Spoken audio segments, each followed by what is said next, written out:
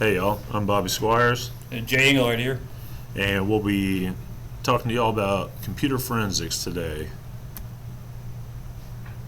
And we'll be introducing you to computer forensics today. What is computer forensics? Well, it can be referred to as many things, including computer forensics analyst, data recovery, computer analysis, but all in all, it's the collection, preservation, analysis, and presentation/reporting of computer-related evidence. So, forensics collection is typically performed by law enforcement and military personnel. They typically will actually take the physical device with them for future analysis, but situationally they can perform data collection on scene. Normally they would go about that two ways: dead box collection, which is they actually power the device off and then proceed to collect the data, and then in certain situations, say like a cell phone that's unlocked or something that could be really hard or to access, or an encrypted setup that they actually have access to at that moment, they might actually pull data collection on that device while it's still powered on, so they don't risk losing any of it or being locked out. And forensics preservation it's imperative that the device is not altered in any way. The isolation and protection of that device is a big deal for them, and the evidence needs to be exactly as it was found, so that they don't mess with that, and so they can actually retrieve that electronically stored information. They'll actually duplicate it with an image of that device, whether it's a hard drive or a thumbstick, cell phone, and this preserves the original as evidence to be used in trial if need be. And then the duplicate ESI is actually what's analyzed when the forensic analysts get a hold of it. So forensics analysis is the in-depth analysis and examination of that ESI. Analysts use software such as Autopsy, which you will actually get some hands-on experience with in our hands-on activity, and FTK Manager, and a program called Volatility is actually one that they use to go in and try to pull evidence off of volatile memory, like your RAM in a computer. Analysts, they search for potential evidence in documents, photographs, user web and app history, the Windows registry, folders and files, metadata throughout the device, and also through network traffic captures themselves. I actually have experience doing this when I was in the Navy. I was a forensics analyst for a couple of years, and there's a lot of really neat things that they can do. A lot of people may think that, if you throw your laptop or your cell phone into a river or light it on fire, that you covered your tracks, but that is actually not true.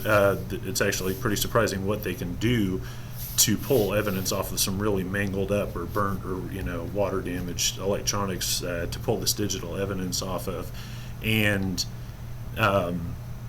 another one is how people might actually try to hide information.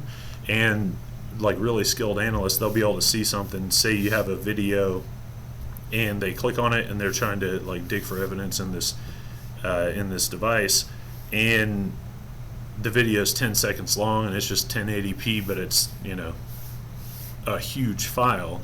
That might give them a tell that they actually need to go into it, because people will embed messages and different things inside of pictures, photographs, and also videos. And also with Windows registry and stuff like that, people can actually go in there and hide things or alter things for their computer as well. As far as the forensics reporting and the presentation, we also had to do this as well.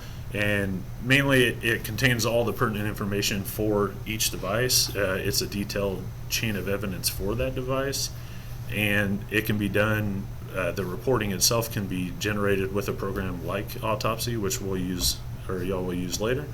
And in certain circumstances, it can also include giving testimony as a subject matter expert for a criminal investigation trial. who uses computer forensics? Computer forensics is mainly used by law enforcement, government, and military. Examples of those would be NSA, FBI, ICE, and the DoD. Commercial corporations have also started using it. Target, American Express, Walmart, Intel, and MasterCard. Everybody remembers the Target scandal that they had where there's been a lot of cybercrime costing corporations a lot of money. So some major corporations have started using computer forensics to help combat that.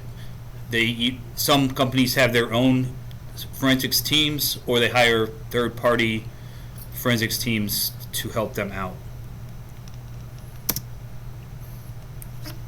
When is computer forensics used? It's used for when they have unauthorized disclosure of corporate information, and employee internet abuse, or violations of other company policies, damage assessments, industrial espionage, negligent sexual harassment, evidence collection, and criminal fraud and white-collar crime.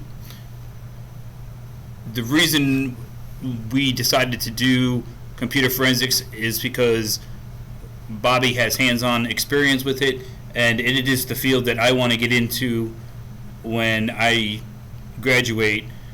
I worked at the Naval Brig for 4 years at the end of my enlistment, and I saw some pretty not so nice things at the brig, and I want to use my knowledge of computer forensics and cybersecurity to help combat those crimes.